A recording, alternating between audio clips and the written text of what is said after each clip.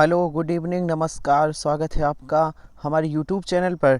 जैसा कि आपको पता है, ये हमारी जो क्लास है ये रात्रि 8 बजे वाली।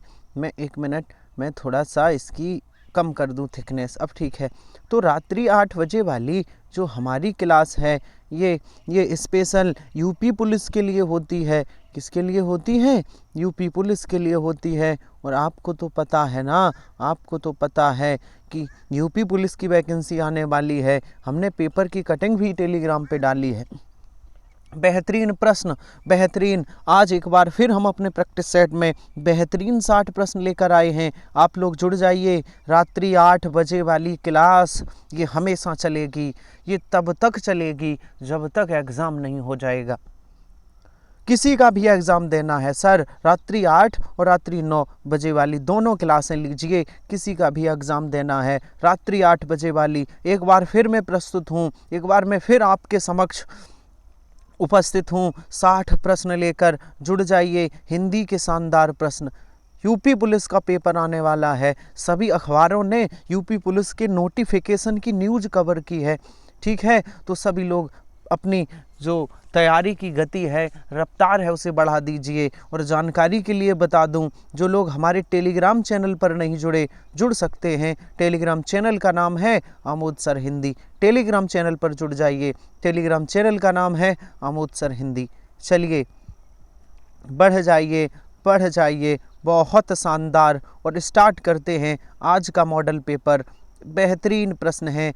चलिए बताइए। हमारा भावी जीवन निसंदेह उज्जवल होगा। रेखांकित शब्द का विलोम बताइए। किसका विलोम बताना है? जो लिखा है ना भावी, इसका विलोम बताना है। जो भावी लिखा है इसका विलोम बताना है। क्या आप इसका विलोम बता पाएंगे? बताइए।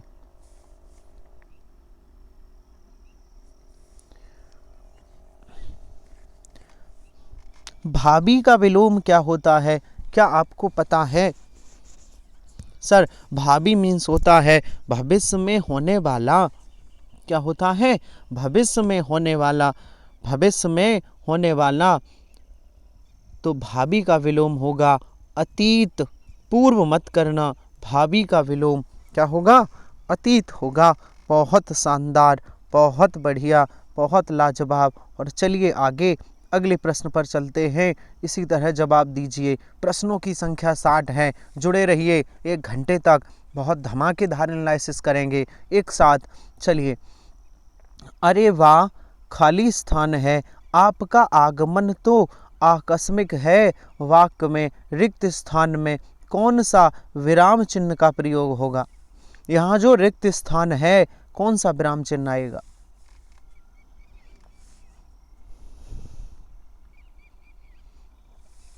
सर, यहाँ जो विराम चिन्ह आएगा वो विस्मयादि बोधक आएगा। सर, ये वाला विराम चिन्ह आएगा। इस प्रकार हम भरेंगे ऐसे, ये वाला और ये वाला विराम चिन्ह कौन है? ये तो विस्मयादि बोधक है। कौन सा आएगा? विस्मयादि बोधक। बहुत बढ़िया। चलिए बताइए। निम्नलिखित शब्दों में विशेषण शब्द है।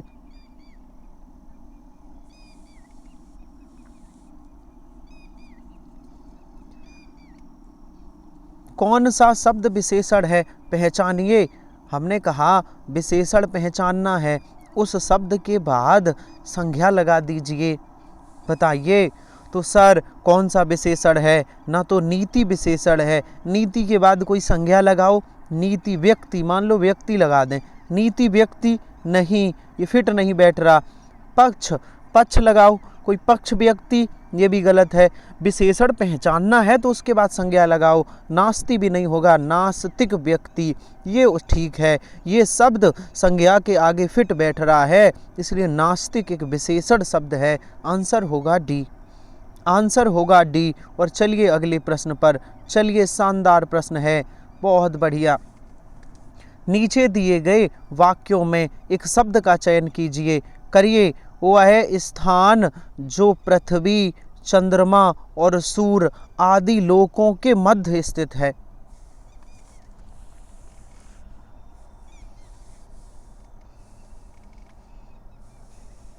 बताइए उस स्थान को क्या कहते हैं जो पृथ्वी, चंद्रमा और सूर्य के बीच में स्थित है? सर उसको क्या कहते हैं? उसको क्षितिज नहीं, क्षितिज मत करना, उसको अंतरिक्ष कहते हैं। आंसर सही होगा बी, बी विकल्प सही है, उसे क्षितिज कहते हैं। बहुत शानदार, बहुत बढ़िया। और एक और शानदार प्रश्न है, एक और बेहतरीन प्रश्न है। बताइए निम्नलिखित में से अघोष बर्ड बताइए, कौन सा अघोष बर्ड है? क्या इसकी पहचान कर सकते हैं आप?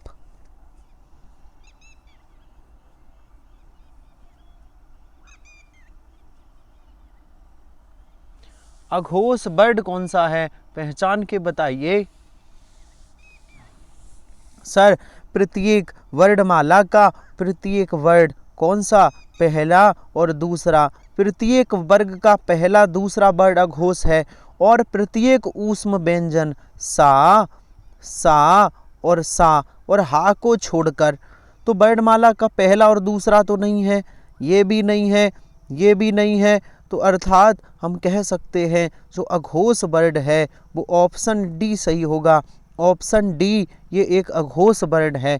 बहुत शानदार, बहुत बढ़िया। चलिए आगे हम अपने अगले प्रश्न पर चलते हैं, हम अपने अगले प्रश्न पर चलते हैं। और हमारा अगला प्रश्न क्या है? चलिए बताइए, खूंटी शब्द का बहुवचन है?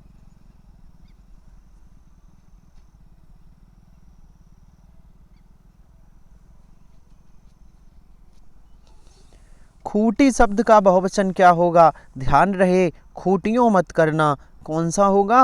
ऑप्शन सी, खूंटियाँ होगा। खूंटी का बहुवचन खूंटियाँ होता है। कौन सा? खूंटियाँ। बहुत बढ़िया। और चलिए आगे, किस वाक्य में सकर्मक क्रिया नहीं है? सकर्मक क्रिया नहीं है, उस वाक्य को पहचानिए।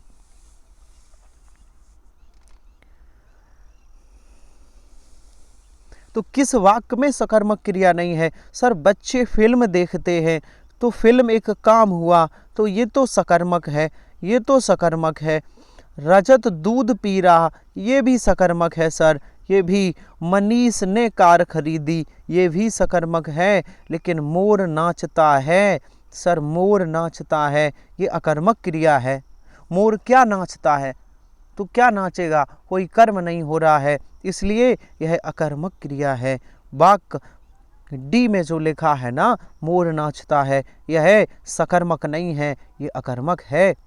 बहुत शानदार, बहुत बढ़िया। चलिए, किस शब्द में सम उपसर्ग का प्रयोग नहीं हुआ? सम उपसर्ग किस शब्द में नहीं लगा है?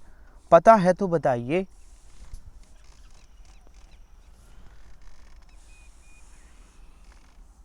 पता है तो बताइए। सम उपसर्ग नहीं लगा है, तो किस में नहीं लगा? सर समर्थ में सम है, संस्कृत में भी सम उपसर्ग है, संतोष में भी सम है, लेकिन सज्जन में सम उपसर्ग नहीं है। आंसर सही होगा डी, सज्जन में। फिर सज्जन में कौन सा उपसर्ग है? सज्जन में उपसर्ग है सत। ये सज्जन शब्द सत धन जन दो शब्दों से मिलकर बना है। सत धन जन, सत एक शब्द है।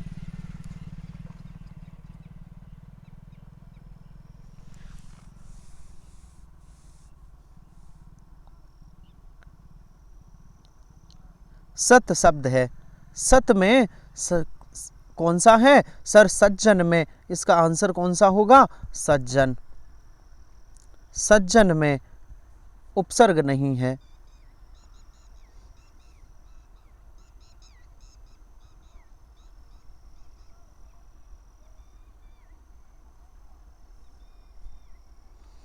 चलिए अगला प्रश्न बताइए, वह अगले साल आएगा। इस वाक्य में वह अगले साल आएगा, इस वाक्य में कौन सा कारक है? वह अगले साल आएगा, सर वह अगले साल तक आएगा। अगले साल आएगा इसका मतलब क्या है? वह अगले साल तक आएगा। और तक भर दोनों चारों तरफ में पर ऐसे शब्द आए तो वह अधिकरण कारक होता है। कौन सा कारक है? वह अगले साल तक आएगा, अधिकरण कारक है। बहुत बढ़िया, बहुत शानदार। और चलिए प्रश्न बताइए कि बनमानुष में कौन सा समास है। कोई भी डाउट हो आपको, क्लास ख़त्म हो, कमेंट ज़रूर करना, क्योंकि बहुत लोग संबंध कारक लगा रहे होंगे। गलत है, ऑफिशियल आंसर हैं, एकदम ऑथराइज आंसर हैं, एग्ज़ाम प्रैक्टिस सेट आए हुए हैं। ठीक है, मैं वो आंसर बताऊंगा जो जो भर्ती बोर्ड ने माने हैं। बनमानुष में कौन सा समास है? बनमानुष में कौन सा समास है, जल्दी से बताइए। सर बनमानुष में वन में रहने वाला मनुष्य, वन में रहने वाला मनुष्य। सर विभक्तियों का प्रयोग हुआ है। अच्छा, तो विभक्तियां आ गई तो कौन सा समास है? तत्पुरुष समास। विभक्तियों वाला समास कौन सा है?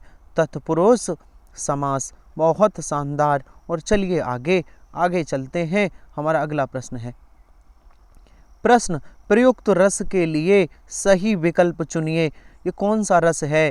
हे खग मृग हे मधुकर श्रेणी, तुम देखी सीता मृग नैनी।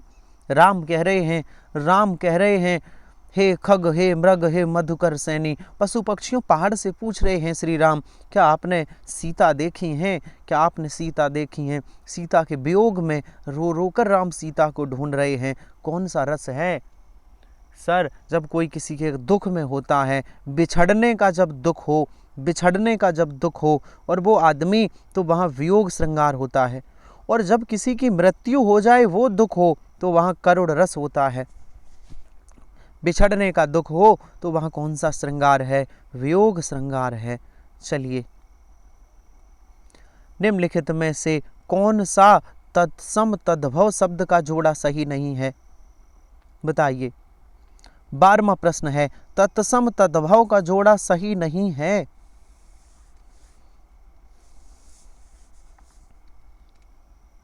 सर दधी, दधी का तद्भव दही होता है? बिल्कुल होता है। ऊष्ट्र का ऊट होता है? बिल्कुल होता है। ऊष्ट्र तत्सम है, ऊट तद्भव है। श्रृंगार का श्रृंगार तद्भव है? बिल्कुल है। श्रृंगार तत्सम है, श्रृंगार तद्भव है। सर ये नज़र और आँख एक दूसरे के न तो तत्सम है न तद्भव हैं, एक दूसरे के तत्सम तद्भव नहीं हैं, और विकल्प सही होगा बी, नज़र और आँख। बहुत बढ़िया, बहुत बढ़िया प्रश्न है। और बता दीजिए, पता है तो बता दीजिए कि पुरुष एवं स्त्री का जोड़ा क्या कहलाता है? प्रश्न नंबर 13 का जवाब दीजिए।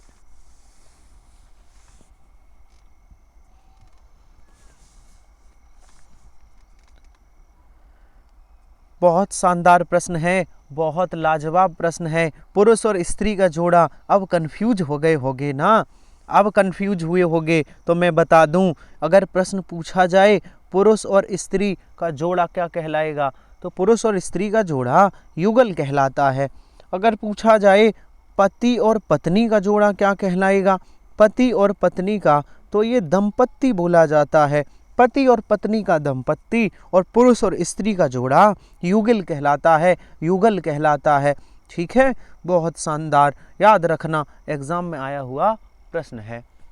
चलिए आगे चलते हैं।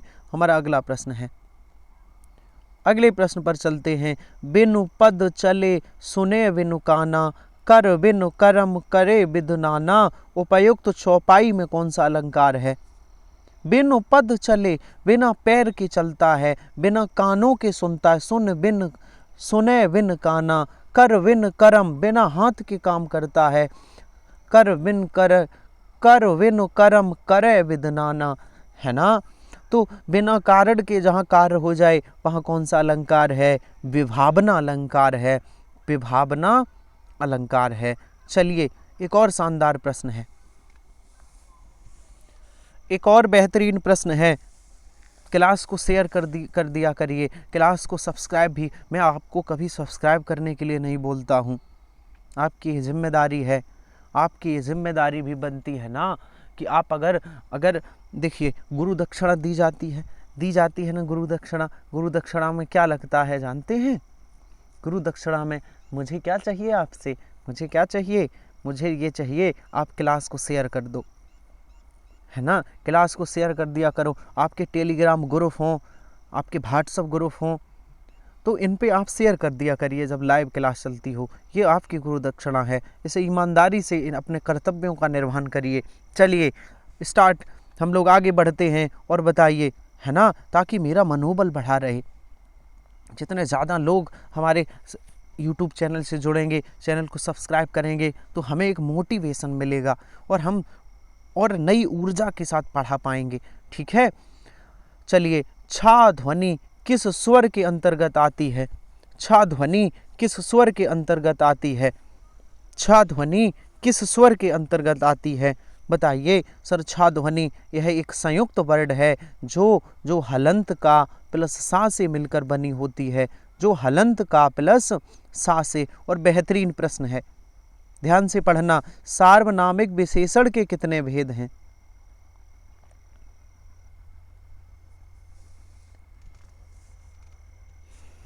सर यदि प्रश्न पूछता कि विशेषण के कितने भेद हैं तो मैं बता देता कि 4 भेद हैं और मुख्य 4 हैं, कुल 5। यहाँ तो सार्वनामिक विशेषण के भेद पूछ लिए, तो सार्वनामिक विशेषण के 2 भेद होते हैं, एक मौलिक सार्वनामिक विशेषण, एक यौगिक सार्वनामिक विशेषण। सार्वनामिक विशेषण के 2 भेद, मौलिक सार्वनामिक विशेषण और यौगिक सार्वनामिक विशेषण। सार्वनामिक विशेषण का दूसरा नाम है संकेतवाचक विशेषण, संकेतवाचक विशेषण। चलिए चलिए आगे बढ़ते हैं और अगला प्रश्न बताइए, भली भांति किस प्रकार का क्रिया विशेषण है?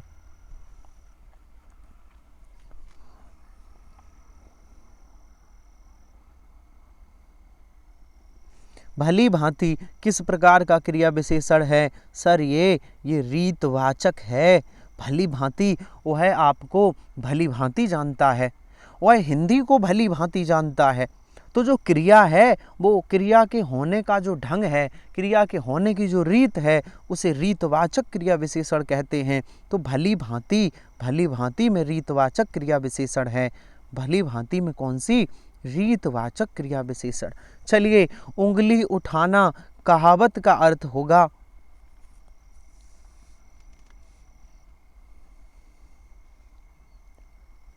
बताइए, उंगली उठाना कहावत का क्या अर्थ है? इस मुहावरे का अर्थ क्या है? आपने किसी पे उंगली उठाई या किसी ने किसी पे उंगली उठाई, तो इसका सही जवाब होगा दोष की ओर संकेत करना।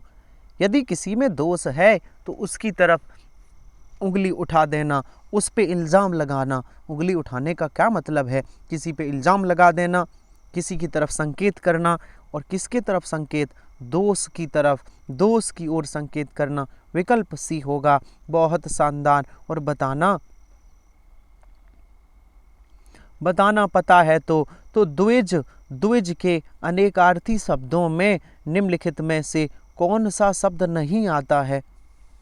द्विज का अनेकार्थी नहीं है, बताइए।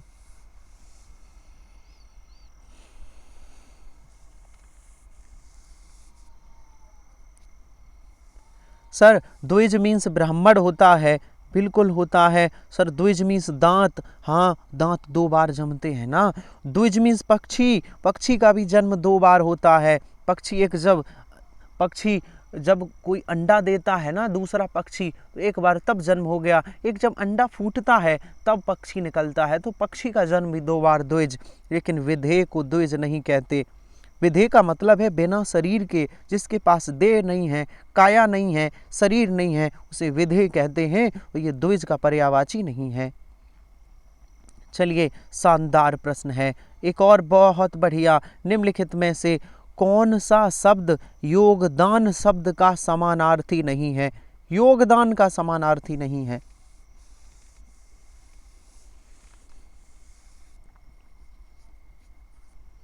जल्दी से बताइए। सर योगदान होता है ना, योगदान का मतलब है किसी की सहायता करना, किसी की हेल्प करना। तो योगदान का मतलब हित होता है, बिल्कुल होता है। सर योगदान का मतलब सहयोग होता है, हाँ बिल्कुल होता है।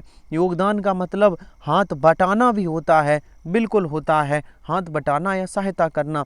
सर योगदान का मतलब योग दीक्षा नहीं होता, योगदान का मतलब योग दीक्षा नहीं होता। आंसर सही होगा ए। आंसर क्या सही होगा? ए। चलिए अगले प्रश्न पर चलते हैं। बताइए, किस क्रमांक में उत्तम पुरुष का उदाहरण नहीं है?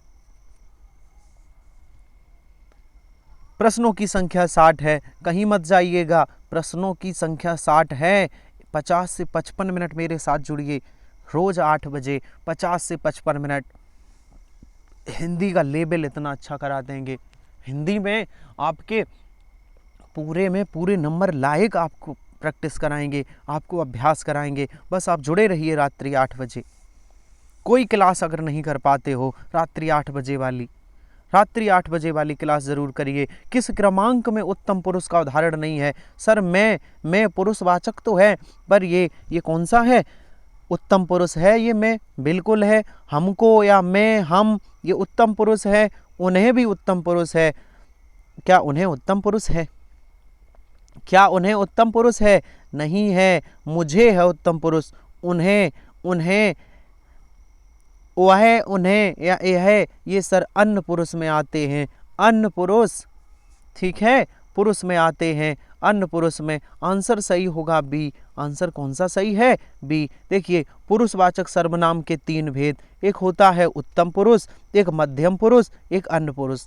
उत्तम पुरुष में मैं और हम आता है, मध्य पुरुष में तू और तुम आता है, अन्य में आता है यह, वह, ये, वे। तो सर ये उन्हें, ये अन्य पुरुष का है, ये उत्तम पुरुष का नहीं है। उत्तम पुरुष में तो 2 आते हैं, मैं और हम। तो मैं का हो गया मुझको और हम का हमको। तो बी ऑप्शन, बी आंसर होगा, इस प्रश्न का बी आंसर होगा। चलिए और बताइए, नेताजी ने आजाद हिंदी फौज का नियंत्रण किया। वाक्य की त्रुटियां सुधारिए, कौन सा सही होगा?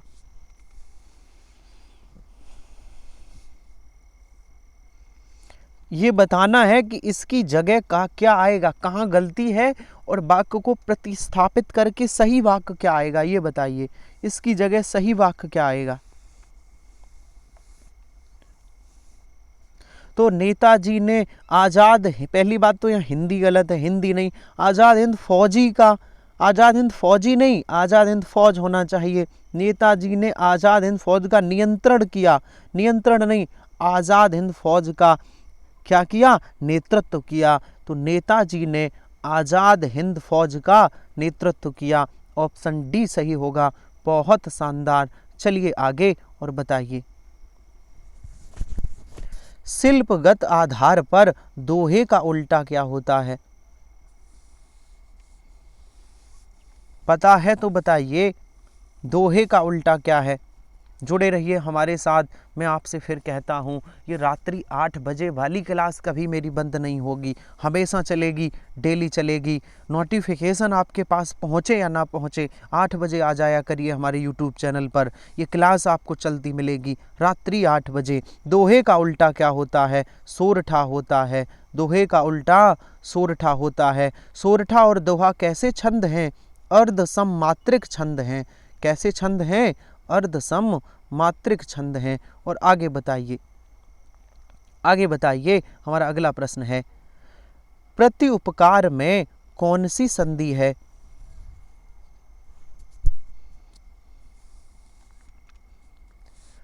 प्रति उपकार में कौन सी संधि है?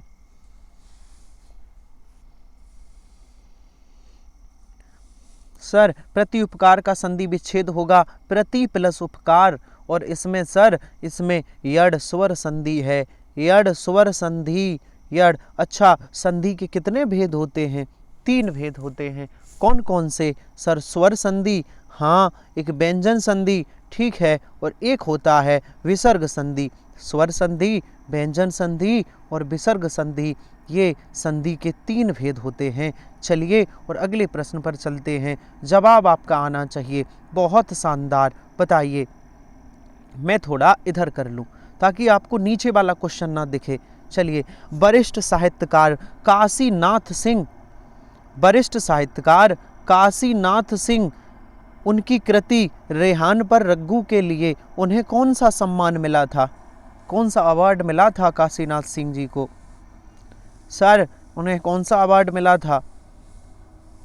इनको साहित्य अकादमी पुरस्कार मिला था। कौन सा? साहित्य अकादमी। बहुत बढ़िया, बहुत शानदार। और बताइए आदिकाल को चारण काल की संज्ञा किसने दी है?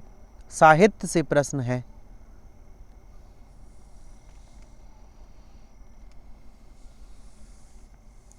आदिकाल को चारण काल किसने कहा? तो किसने कहा था? डॉक्टर गेयर्सन ने, जॉर्ज एब्राहम गेयर्सन, इनका पूरा नाम था जॉर्ज गेयर्सन। इन्होंने आदिकाल को चारण काल कहा था। आदिकाल को चारण काल। आदिकाल को वीरगाथा काल किसने कहा था? रामचंद्र शुक्ल ने आदिकाल को वीरगाथा काल कहा था। बहुत शानदार, बहुत बढ़िया। और आगे बताइए। जाइएगा मत, नहीं कहीं मत जाइएगा, कहीं भी मत जाइएगा। 60 प्रश्न होंगे उसके बाद, 60 प्रश्न रात्रि 8 बजे। जुड़ जाइए हमारे साथ। आई प्रत्यय कौन सा शब्द नहीं है? जो आई प्रत्यय से नहीं बना वो शब्द बताइए।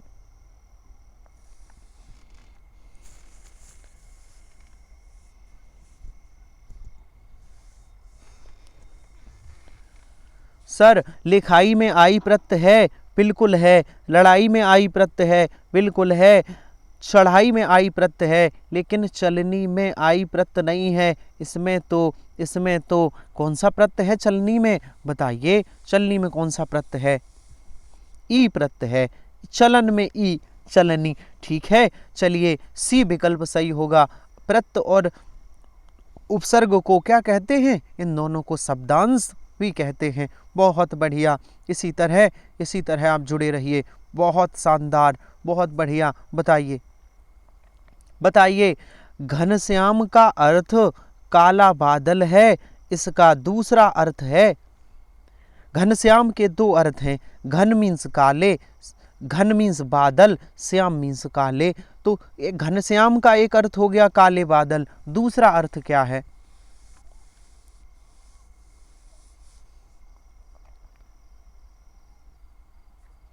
बताइए। सर घनश्याम, कृष्ण को भी घनश्याम कहते हैं, और काले बादल का मतलब भी घनश्याम है। बहुत शानदार, बहुत बढ़िया। और बताइए कि दुनिया को नई राह दिखाता, इस वाक्य में प्रयुक्त काल पहचानिए।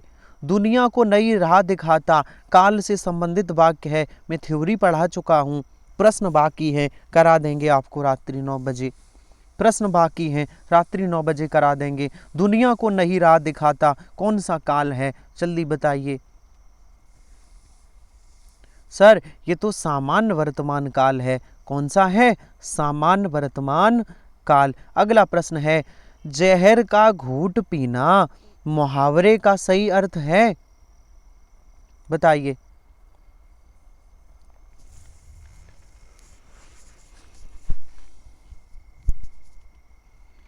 सर जहर का घूंट पीने का मतलब है, आंसर सही होगा, असहाय स्थिति को भी सह लेना।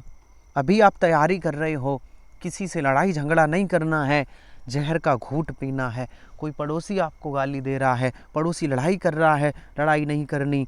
असहाय स्थिति को, जो कष्ट, जो दुखद कंडीशन है, उसको सह लेना है ना? क्योंकि आपको तो जॉब करनी है, झगड़े में नहीं पड़ना है। तो इसी का मतलब हुआ आप जहर का घूंट पी रहे हो, किसी से कुछ नहीं कहते हो, अपनी तैयारी में लगे हो। और बताइए अमृता प्रीतम किस भाषा की साहित्यकार हैं? अमृता प्रीतम किस भाषा की साहित्यकार हैं?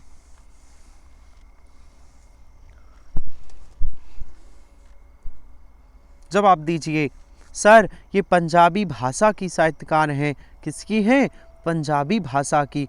बहुत बढ़िया। ये एक और प्रश्न और शानदार है, एग्जाम में आया है, फिर से देखिए। रस मीमांसा के लेखक कौन हैं?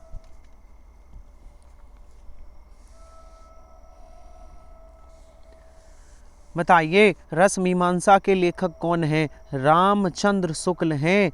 रस मीमांसा के लेखक कौन हैं? रामचंद्र शुक्ल हैं। रचनाओं से प्रश्न एक दो जरूर आते हैं, आप उनको याद रखिएगा। और अगला प्रश्न है कि कनक कनक ते सौगुनी माधकता अधिकाय, उन्हीं खाए बौरात नर यहीं पाए बौरात। और बचपन से पंक्तियां सुनी हैं, इन पंक्तियों में कौन सा अलंकार है? बचपन से सुनी है लाइन आपने।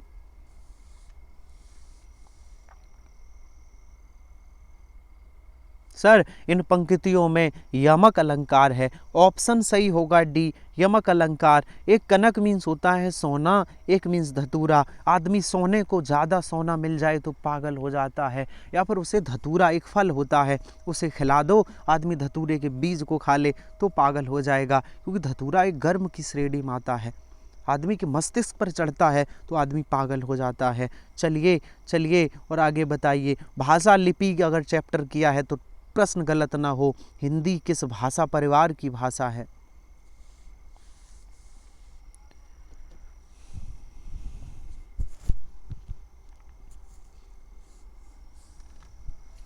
बताइए हिंदी किस भाषा परिवार की भाषा है?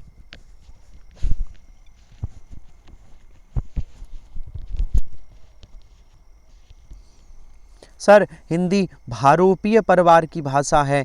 किसकी है? भारोपीय परिवार की। अगला 35वां प्रश्न बताइए कि भारत में सर्वाधिक बोले जाने वाली भाषा कौन सी है? भाषा तथा बोली यदि रात्रि 9 बजे नहीं किया तो कर लीजिए टॉपिक, रात्रि 9 बजे टॉपिक वाइज हिंदी। कभी कभी गैप हो जाता है लेकिन मैं कंप्लीट हिंदी के टॉपिक वहाँ डालूंगा। सर्वाधिक भाषा बोली जाती है भारत में हिंदी। हिंदी के बाद कौन बोली जाती है? बांग्ला। हिंदी के बाद भारत में जो सबसे ज़्यादा बोली जाती है वो बांग्ला भाषा है। बहुत बढ़िया, बहुत शानदार। और चलिए आगे, गद्यांश आ गया है, गद्यांश आया है और जाइएगा मत, कहीं मत जाइएगा। गद्यांश के बाद भी 20 प्रश्न बचेंगे। मैं गद्यांश पढ़ता हूँ, बहुत शानदार, गद्यांश से बचना नहीं है। चलिए, शनि क्रमानुसार सौरमंडल का छठा ग्रह है, कहीं मत जाइएगा, सुनिए सिर्फ। शनि क्रमानुसार सौरमंडल का छठा ग्रह है, यह बृहस्पति और यूरेनस की कक्षा में सूर्य की परिक्रमा करता है। सूर्य से बृहस्पति ग्रह जितना दूर है लगभग उतना ही बृहस्पति शनि से दूर है। देखिए मैं गद्यांश पढ़ते पढ़ते जहाँ पर ऐसा कर दूँ वहाँ ज़्यादा ध्यान देना है, ठीक है? जहाँ ऐसा घेरा बना दूँ उस पर ज़्यादा ध्यान देना। शनि ग्रह इतना बड़ा है कि इसमें हमारी 750 पृथ्वियाँ समा सकती हैं, परंतु इस ग्रह का भार केवल 95 पृथ्वियों के बराबर है। कारण यह है कि शनि द्रव राशि का औसत घनत्व बहुत कम है, बहुत कम है, यह पानी से भी कम है इसका घनत्व। शनि ग्रह को पानी के किसी बहुत बड़े महासागर में डालना संभव हो तो यह उसमें डूबेगा नहीं बल्कि तैरने लग जाएगा। सौर मंडल में सबसे कम घनत्व वाला पिंड कौन सा है? शनि। तो जहाँ जहाँ हम गद्यांश पढ़ते समय गोला किया करें उन पे ध्यान दिया करिए, वहाँ से क्वेश्चन बनने के चांस हैं, ठीक है? वो मोस्ट इम्पॉर्टेंट पॉइंट होते हैं, गद्यांश के मोस्ट फैक्ट होते हैं। चलिए, शनि किसके बीच की कक्षा में सूर्य की परिक्रमा करता है? शनि किसके बीच की कक्षा में सूर्य की परिक्रमा करता है? यहाँ देखो बताया था शनि बृहस्पति और यूरेनस के बीच। शनि किस के बीच गोला किया था? शनि बृहस्पति और यूरेनस के बीच की कक्षा में परिक्रमा करता है। चलिए, शनि का द्रव राशि का औसत घनत्व कम है, जल्दी से जवाब दीजिए, कौन सा विकल्प सही होगा?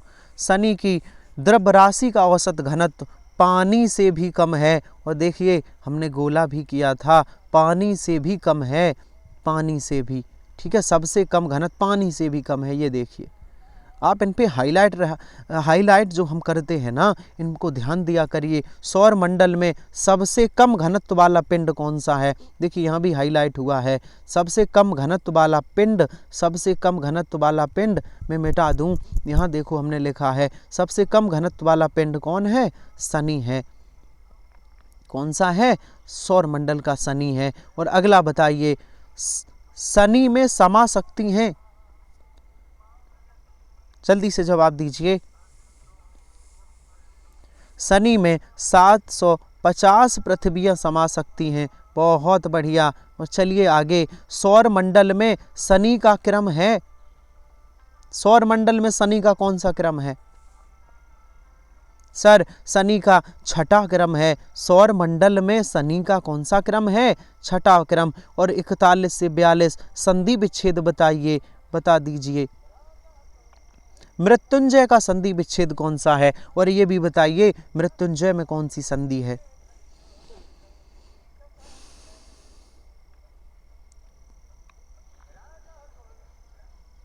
सर मृत्युंजय में मृत्युम प्लस जय, सर ये वाला इसका संधि विच्छेद होगा, और इसमें तो व्यंजन संधि है। मृत्युंजय में कौन सी संधि है, व्यंजन संधि है। बहुत शानदार, बहुत बढ़िया। एक और संधि से प्रश्न है कि नयन में कौन सी संधि है, और नयन का संधि विच्छेद भी बताइए।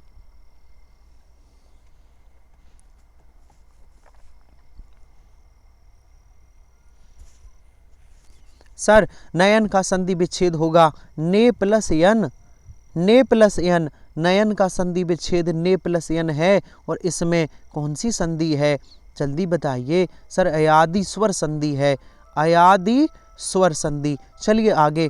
आचार्य रामचंद्र शुक्ल का हिंदी साहित्य में किस विधा में प्रवेश हुआ था। रामचंद्र शुक्ल क्या कहलाते थे, वो आलोचक थे, वो कविता लिखते थे, वो कहानी, वो उपन्यासकार थे।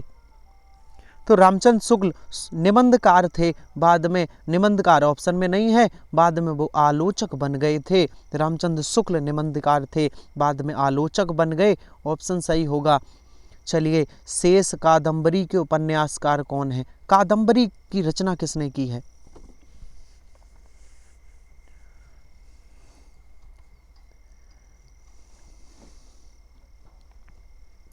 कादंबरी को किसने लिखा है, सर कादंबरी को बाणभट्ट जी ने लिखा है। कादंबरी को किसने लिखा है, बाणभट्ट ने। बहुत बढ़िया, बहुत शानदार। और बताइए कि भारत में हिंदी भाषा को आप किस वर्ग में रखेंगे।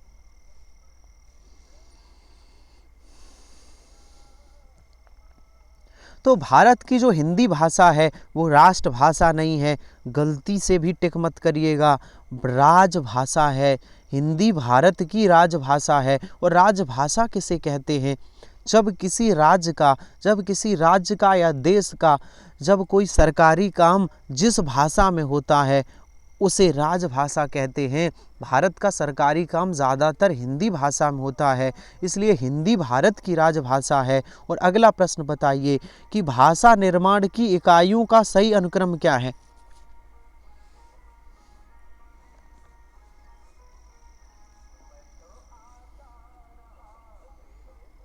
जल्दी से बताइए, सही ऑप्शन क्या होगा। सर सही ऑप्शन होगा पहले ध्वनि आती है, फिर शब्द आता है, फिर पद आता है, फिर वाक्य। ये क्रम सही है, ये क्रम सही है। देखो ध्वनि आता है, फिर वर्ड आता है, वर्ड यहाँ ऑप्शन में है ही नहीं, तो ध्वनि के बाद शब्द, शब्द जब वाक्य में प्रयोग हो जाए तो शब्द को पद कहते हैं, और फिर हो गया वाक्य। ऑप्शन डी सही होगा।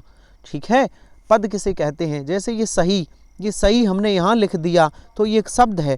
यदि ये किसी वाक्य में प्रयोग हो गया, जैसे ये सही इस वाक्य में प्रयोग है, तो ये सही पद कहलाएगा। इकाइयों एक पद है, निर्माण एक पद है। चलिए आगे चलते हैं, और बहुत बेहतरीन प्रश्न है, रस सिद्धांत के आदि प्रवर्तक कौन है।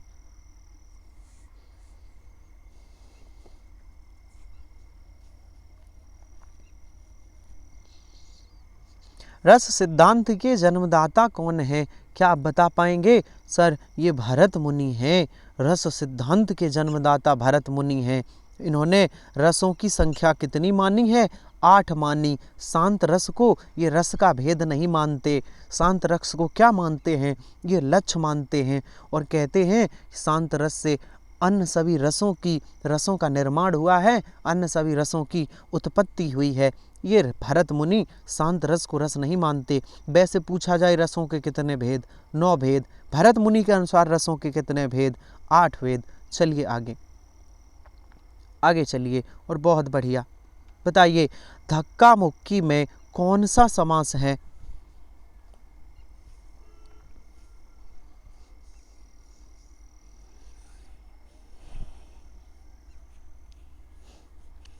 पता है तो बताइए।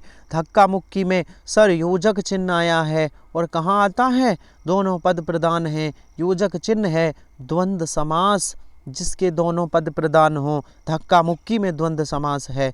धक्का मुक्की में कौन सा, द्वंद्व समास है। बहुत बढ़िया, बहुत शानदार। चलिए और बताइए। अबदी शिला का उर पर था, गुरु फार तिल तिल काट रही थी, दृग जाल धार। उपर्युक्त पंक्ति में कौन सा छंद है? तो मैं अभी मात्राएं लगाना नहीं बताता हूँ आपको, क्योंकि रात्रि 9 बजे जिस दिन टॉपिक पढ़ा दूंगा उस दिन से मात्राएं यहाँ भी लगवाया करूँगा। फिलहाल आंसर जान लो, ये सोरठा है। कौन सा छंद है? सोरठा छंद है, सोरठा। बताइए, पता है तो बताइए कि राम घर गया उसने माँ को देखा का संयुक्त वाक्य बनाइए। इसका संयुक्त वाक्य क्या बनेगा? बनाइए।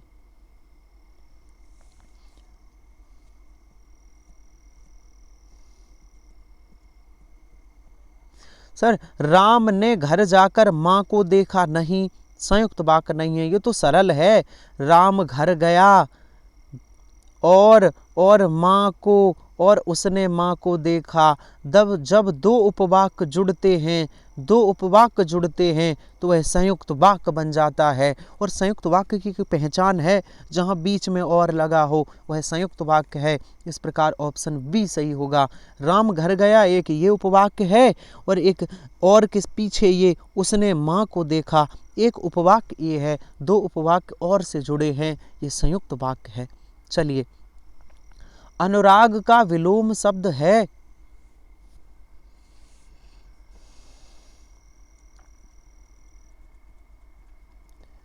अनुराग का विलोम शब्द है, क्या आप बता पाएंगे? अनुराग का विलोम शब्द क्या है? विराग होता है। अनुराग का विलोम शब्द क्या होता है? विराग होता है।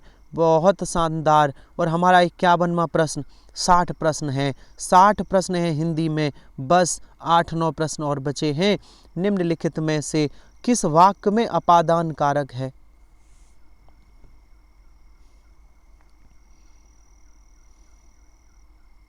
कौन सा वाक्य है जिसमें अपादान? राम ने रावण को तीर से मारा, क्या इसमें अपादान है? नहीं, इसमें तो बहुत सारे हैं, कर्ता भी है, कर्म भी है, करण भी है। सर, मोहन से अब नहीं सहा जाता, मोहन से अब नहीं सहा, हिमालय से गंगा निकलती है। सर, ये इसमें सी में अपादान है। जब कोई चीज़ कहीं से अलग होती है, गंगा हिमालय से अलग हो रही है, अपादान कारक। चाकू से फल काटो, सर, चाकू से, यहाँ से का मतलब के द्वारा और से का मतलब के द्वारा, अर्थात यहाँ करण कारक है। और ऑप्शन सी में क्या है? ऑप्शन सी में अपादान कारक है। ऑप्शन सी, हिमालय से गंगा निकलती है। बहुत शानदार। चलिए आगे बताइए। हिंदी में शब्दों का लिंग निर्धारण किसके आधार पर होता है? बेहतरीन सवाल है, सोच समझ के जवाब देना।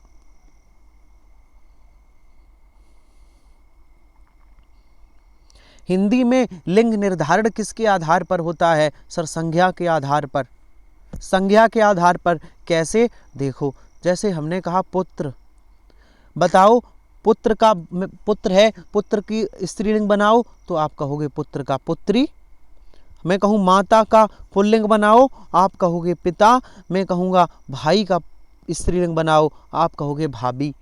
तो बताओ, तो लिंग निर्धारण है, स्त्रीलिंग पुल्लिंग जो निर्धारित करता है उसका आधार संज्ञा ही तो है। संज्ञा का ही स्त्रीलिंग पुल्लिंग बनता है, ध्यान रखना, संज्ञा का। अब आप सोच रहे होगे सर सर्वनाम का भी बनता है, बिल्कुल बनता है, लेकिन आंसर यहाँ संज्ञा होगा। अगर प्रश्न ऐसे पूछता कि सर्वनाम का स्त्रीलिंग कैसे पहचानेंगे, सर्वनाम का स्त्रीलिंग कौन निर्धारण करेगा? तो क्रिया। लेकिन प्रश्न पूछ रहा है शब्दों का लिंग निर्धारण कैसे होता है, किस आधार पे? तो संज्ञा के आधार पे। और सर्वनाम का लिंग निर्धारण कैसे करेंगे? क्रिया से। ठीक है, चलिए आगे बढ़ जाइए और बताइए निम्नलिखित में से कौन यौगिक शब्द है?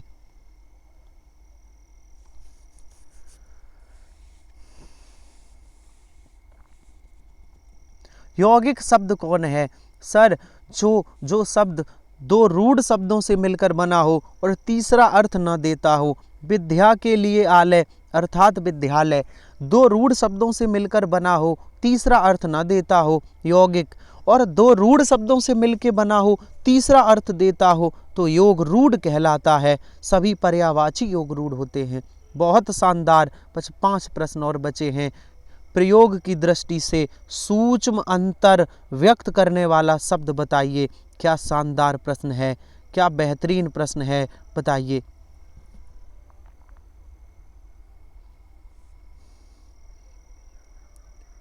सूक्ष्म अंतर वाला, जिसमें बहुत कम अंतर हो, तो सर समानार्थी। पर्यायवाची शब्द ही ऐसे होते हैं जो एक दूसरे में थोड़ा थोड़ा अंतर होके वो एक दूसरे के पर्यायवाची बन जाते हैं। सूक्ष्म अंतर समानार्थी शब्दों में होता है। ठीक है, समानार्थी शब्दों में।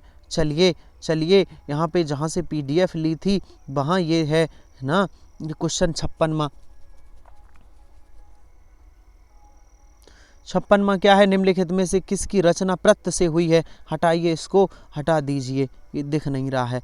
चलिए, शुद्ध वर्तनी पहचानिए। 57वां क्वेश्चन। बस 3 प्रश्न और बचे हैं, 2-3 मिनट की बात और है। शुद्ध वर्तनी का चयन कीजिए। शुद्ध वर्तनी कहाँ है? सर कौन सा 6 सही है? ऑप्शन ए वाला। ये 6 ऐसे लिखा जाता है जो ए में लिखा है, ये 6 शुद्ध हैं। बहुत बढ़िया, बहुत शानदार। और एक और प्रश्न है, अक्सर एग्जाम में आता है, कोकिल विद्यापति की पदावली।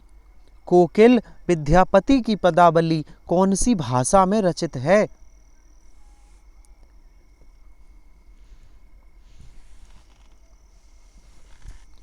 पदावली को किस भाषा में लिखा गया? इसे मैथिली भाषा में लिखा गया, मैथिली भाषा में। अगला प्रश्न है, निम्नलिखित में से कौन सा स्त्रीलिंग है? स्त्रीलिंग कौन सा है, जल्दी से बताइए। स्त्रीलिंग शब्द कौन सा है? तो हमने बताया स्त्रीलिंग यदि आपको बताना है, ढूंढना है, तो मेरा और मेरी लगा के ढूंढ लीजिए। तो मेरा उत्साह ये पुल्लिंग है, मेरा चक्रव्यूह ये भी पुल्लिंग है, मेरा संकल्प ये भी पुल्लिंग है, मेरी मृत्यु ये स्त्रीलिंग है। चलिए आगे चलते हैं और अगला प्रश्न है कि आलस्य शब्द का विशेषण क्या होगा? आज के मॉडल पेपर का आखिरी प्रश्न, जल्दी से जवाब दीजिए। आलस्य का विशेषण क्या है? सर आलस्य का विशेषण आलसी होता है। कहते हैं ना आलसी व्यक्ति।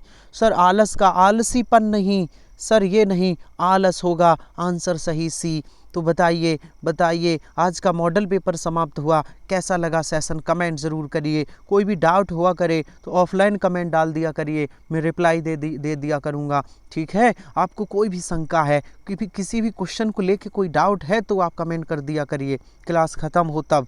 तो आपको हमारा सेशन कैसा लगा ज़रूर बताना। हाँ, और मैं आपसे स्पेशली कह रहा हूँ कि चैनल को शेयर ज़रूर किया करिए, चैनल को अपने ग्रुप में शेयर किया करिए, टेलीग्राम में, व्हाट्सएप पे, जहाँ भी जोन ग्रुप आपके सोशल मीडिया ग्रुप आपके मोबाइल में हैं वहाँ शेयर किया करिए। ठीक है, चलिए तो आज का सेशन समाप्त करते हैं और मिलते हैं कल इसी समय फिर से 60 प्रश्नों के साथ।